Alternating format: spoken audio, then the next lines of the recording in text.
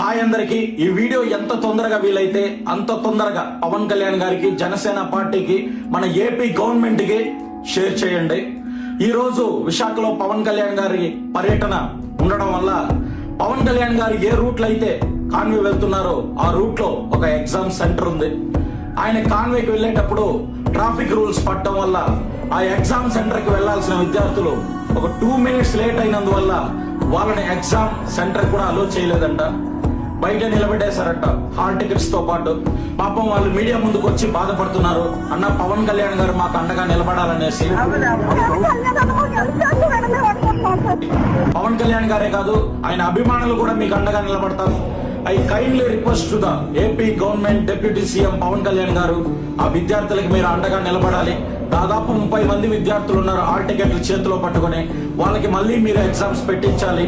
దయచేసి గవర్నమెంట్ తో మాట్లాడి అక్కడున్న ప్రతి ఒక్క విద్యార్థికి కూడా మీరు అండగా నిలబడతారని నేను మనస్ఫూర్తిగా కోరుకుంటున్నానన్న.